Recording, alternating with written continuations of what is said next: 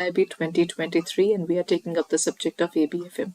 Okay, with the subject, let's continue with the topic of the process of management that we were dealing with. That was the first module, right? So we're talking about this, and we were dealing with the principles of management. Today, I'm moving towards the next level where I'm going to mix up the questions regarding the process of management along with the principles of management. So let's move on. The first question says, it reflects a managerial decision that a certain action must or must not be taken. They are usually the simplest types of plans because there is no compromise or change unless a policy decision is taken. Which plan is discussed here? This is among the different types of plans which are prepared. This is types of planning. Is it strategy or rule or program or objectives? When we define these kind of plans, how do we work forward towards it? Okay, there are different kinds of plans. Strategies are basically taken up to solve a particular situation, right? So basically, we have an objective to reach to that particular objective. We have some ways of reaching it. That's called strategy. Rules are like they are defined lines. They are like, if you do this, this will happen. If you do not, then this will happen. For example, everybody is supposed to wear helmets while going near the machinery. If they're not wearing it, then there is a particular penalty that is added just for the safety. For example, the safety seat belt that we see in our cars is for our safety, but ultimately people don't wear it. So the government was forced to add the penalties. Those penalties were introduced so that people will definitely wear those things so that there is no problem, right? Then next is program. Program is basically a specific method or in terms of the working that we define for one particular day, and objectives is the total things that we look forward to on the basis of mission of the organization, because the first thing is mission. The second thing that we look forward to is vision. And based upon mission and vision, we formulate the objectives of the organization. So the particular planning system they're talking about is the simplest one, because they say that this is the simplest kind of plan. There is no compromise or change unless the policy decision is taken. Okay, then what kind of plan are they talking about? The plan which they are talking about is a rule.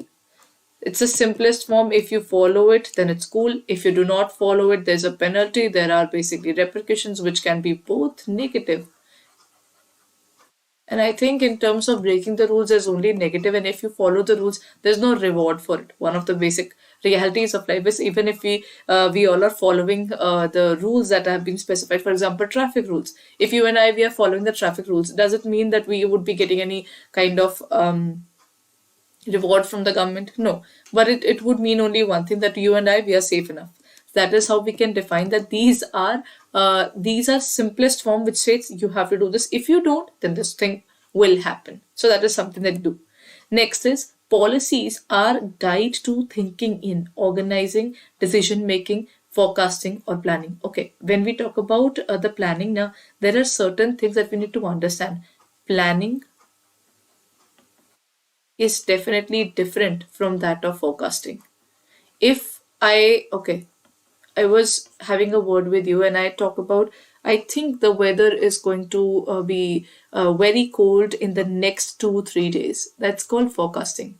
Since the weather is going to be very cold in the next 2-3 days, I think it's right time to sell some quilts. So I'll start selling my quilts at 20% discount at the moment. And the premium quality of quilts, which are really good, I'll sell them at a premium price. So what am I doing? I am looking forward towards a demand which might come up in the upcoming future, and then bang on, I'll have my business opportunity picked up and working for that matter. Right. That's how we can define it. The policies are the guide to thinking regarding decision making. When I am deciding towards the decision that what should I do towards making my plans and the material working that is required. Material here means the important or relevant working that is required. Next question. Among the following, the theory is known as the core of management. There are many theoretical concepts that we are supposed to do in terms of management.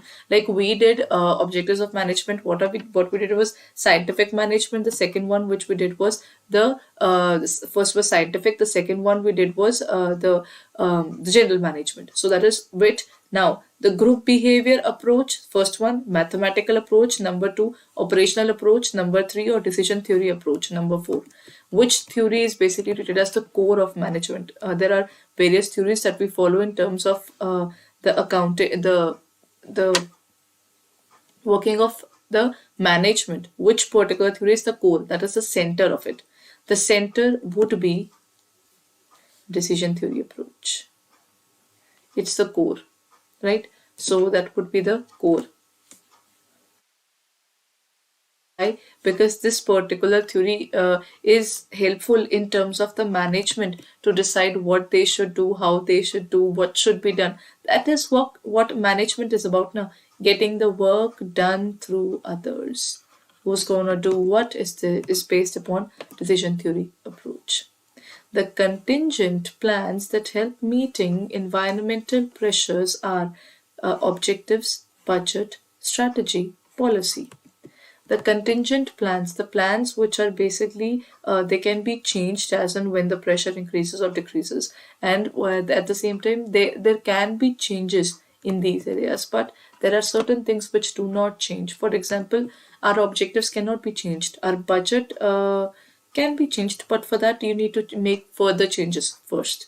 Then policies are like, if we define that people retire at 60, now the 60-year age that we have defined, that's a policy, it's an internal affair. Now, if we have environmental pressures to meet the plans now, then we are going to change our strategy. For example, during COVID, everybody started working from home. So WFH became very popular. Why? Because it was an important thing to look forward now. So that is, it is strategy.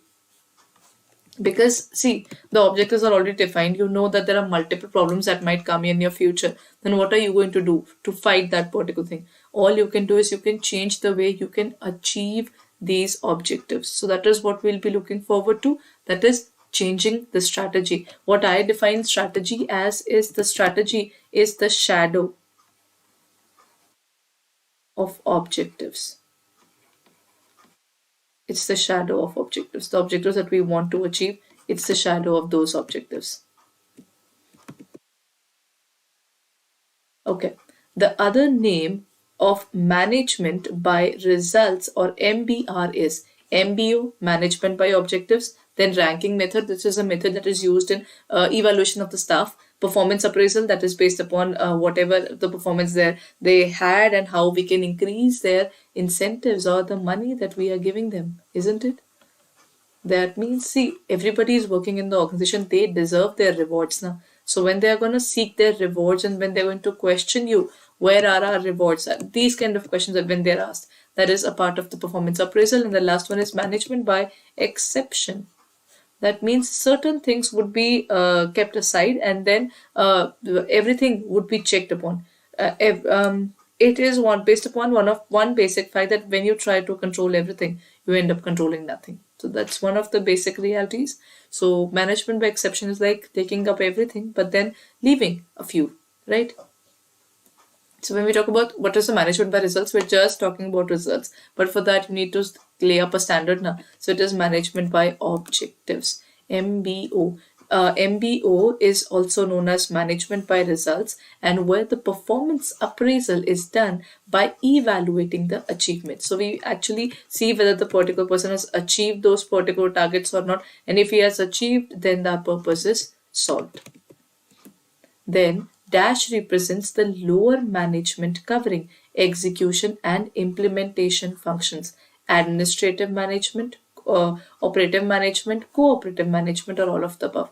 The lower level, see, in our organization we have 3 levels now. We have done this particular pyramid structure. This was top, this was middle, and this is lower. Right? We have 3 kinds of management.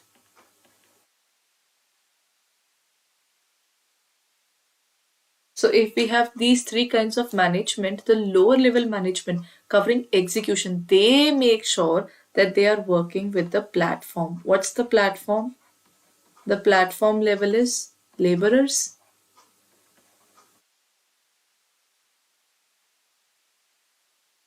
Then who's going to deal with them? The lower management. So when we talk about the management that we're talking about, that would be operative. Administrative is the middle management. Middle management is responsible for or interpretation of what the top management says. If the top management goes directly to the laborer and then they tell them this is what we want to do, the laborer needs to be told in a simplified manner. They need to be told about everything, the goals of the organization, the mission, why are they making those things. That is to required to be told to them. But the point is, it's way better that we leave this part on the foreman, because at least foreman knows the language of that particular laborer and they can let them know about the situation. Otherwise, more or less the top management would definitely make things way more complex for the platform level, because the platform level requires simplification, they require specific language and a specific way of being dealt. So that is something that foreman knows better. So operation management is the administration of the business practices to create the highest level of efficiency possible within an organization. It is basically concerned with converting the raw material to the finished goods and services. But we do not do it for free. We make sure that we maximize our profit through that particular scenario as well. Next question. Identify the related step in organizing process being mentioned in the lines below lines. Hari has joined a creative head in an entertainment company. He has joined as a creative head, and then he always ensures that the work had been divided into small and manageable tasks. See, this is what one particular thing that we should always follow, one thing at a time. Don't try to overthink about what's going to happen in the future. Just sort it out. First thing, then second thing, then third thing, then fourth thing. It becomes easier to work now. So that is identification and division of work. The second one is departmentalization. Third one is assignment of duties. And fourth one is establishing reporting relationships. So according to this particular scenario, which particular element is basically responsible? That means, okay, this question relates to organizing first. And the steps that are given that you can see now, these are basically all the steps which are taken up in order to continue with the process of organizing. So in terms of organizing, yes, we first of all see what kind of working are we doing and how can we divide it into different functions, 1, 2, 3, 4. And then among those differentiations that we are looking forward to, if I want to handle multiple things, I cannot keep everything in my hand. First of all, I'll have to sort them out. The grouping of the work would be done, and that grouping would be way better to be executed in a proper manner. So it is identification and division of work. Second one is departmentalization, assignment of duties or establishing. They are working towards dividing it into different and small and manageable activities. The activities which are of similar nature, it means grouping has to be divided. In terms of grouping, it is departmentalization. If they would have been talking about identification, then first one, but they're also talking about the grouping, that is departmentalization. Next point, which of the following scientific management is violation of unity of command? Differential piece weight system, then we have the fatigue study, then we have the functional foremanship and simplification of work. This question is more or less a revision. We have done that earlier as well, but just a revision. See, violation of unity of command. We talked about the unity of command. It says one organization. Oh, no, that is unity of direction. This, it says one subordinate should be headed by one superior. That's it. So that's how we can look forward to it. So it would be treated as one subordinate to be headed by one superior. And then when we talk about functional foremanship, there is a clear harassment of that workman who is headed by 8 leaders and everybody working towards their there are 8 bosses now: speed boss, gang boss, repair boss, and then we have the disciplinarian there. No, it is rigs now. It is inspector. And there they have the disciplinarian, then the instruction card clerk, route clerk, and time and cost clerk. Then that particular laborer is answerable to 8 different people. Think about it. We cannot keep even one single head happy. The superior will never be happy with your work. They'll keep looking forward towards all the mistakes that we would have done, and those would be highlighted. Think about keeping 8 particular people in your priority list, which is definitely not something which I see practically as a possible thing. So that is something that says that this is a clear violation of what the particular method talks about. Okay, the last question for the day, everyone. The principle of division of work is applicable to the government office where there is a diary, dispatch clerk whose job is to receive and send mail, a data entry operator whose task is to input data on the computer. Division work is also applicable to limited companies where there are separate departments like production, finance, research, and development. Which quality of principles of management is highlighted above? General guidelines, universal guidelines, then we have the flexible or contingent. This is based upon the principles of the management. See, this means that the clerk is working, then even the top level management is working. Division of work is basically the different companies are working on various things all together. So that means this is universal applicability. We are working upon multiple things in a multiple way, that too in a sorted manner. That means we are working in the organization, we might be working in a particular temple, we might be applying the principles of management in a school, and then in an MNC, wherever you put it, every time we can just change it a bit and we'll be done with it. Right? That is universal applicability. Okay. I think there's another question. We'll go for it as well. Which of the following is most suitable example for the principle of centralization and decentralization? See, centralization means keeping the power at the center. Everything has to be asked. Otherwise, I'll not answer. That is centralization. But what is decentralization? Decentralization is a situation where we are talking about let's not keep everything in our hands. Let's share the decision making with others. Right? That is what we can look forward to. A manager should not fall into temptation of misusing his or her powers for personal gains. Panchayats of India have been given more powers to decide to spend fund for welfare of the village. Then the company has a suggestion box system to encourage suggestions for employees, and personnel should be given a reasonable time to show results. According to you, which is the most suitable example that we can look forward to in terms of the centralization and decentralization? See, in our country, the panchayats are gaining powers because now, okay, there is an exploitation reported as well. Every time you'll find it, but the fact is that giving powers to the panchayats has definitely make the governance easier because these people belong to that particular area and they are able to justify the working as well now. So that makes the entire working a better way in terms of decision making is quicker. We can understand the process and we can apply it in a better way. That is how we can define that decentralization and centralization both have to be balanced because we cannot leave every crucial thing on the subordinates and we cannot take up everything in our hands. We have to find that balance. So in this case, the correct answer would be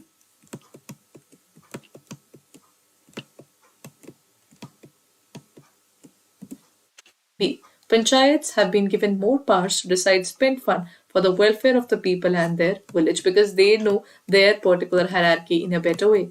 But before I end my session, I would like to tell you that probably at this point of time, even our batches are going on and our new batch for CAIIB has just started. Batch 2.2 has just begun. So kindly go ahead and review it because this is the perfect timing where you can take up our batches. Why am I saying that? At this point of time, we are still going on with our batches and the offer of 81% discount is also available at this point of time. Let me just show you. It is definitely for a very limited period. It would end soon. So before it ends, I think it's better that we take up that particular batch for the JIB and CIB. So if you're looking forward to it, then what you can see is you can look forward to our CIB 2023 batch. All the details regarding the batches are available here. If you're looking forward towards the CIB batch, that is English batch, it is going to start. It has already started from December 19, just a few days have passed. So all you can do is you can find all the details here, and you can click on the area of buy now. As soon as you click on the area of buy now, you can use the code Y541 and apply it. So this would cost you at 81% of discount. This would cost you at least 100 rupees less here as well. That currently it is at 4799.80. If you do it from our app, you'll get another 1% discount. So that will all definitely be helpful for you. So if you're looking forward towards our batches for the CIB, it's there on our store where you can go ahead and purchase this particular batch at 81% discount. So hurry up. And if you're looking forward to the Maha packs, then that is also there. The Maha packs is currently having double validity, which is definitely for a limited period of time. So kindly go ahead and check it out before the sale ends. Okay. Thank you everyone. We'll be meeting in the next class.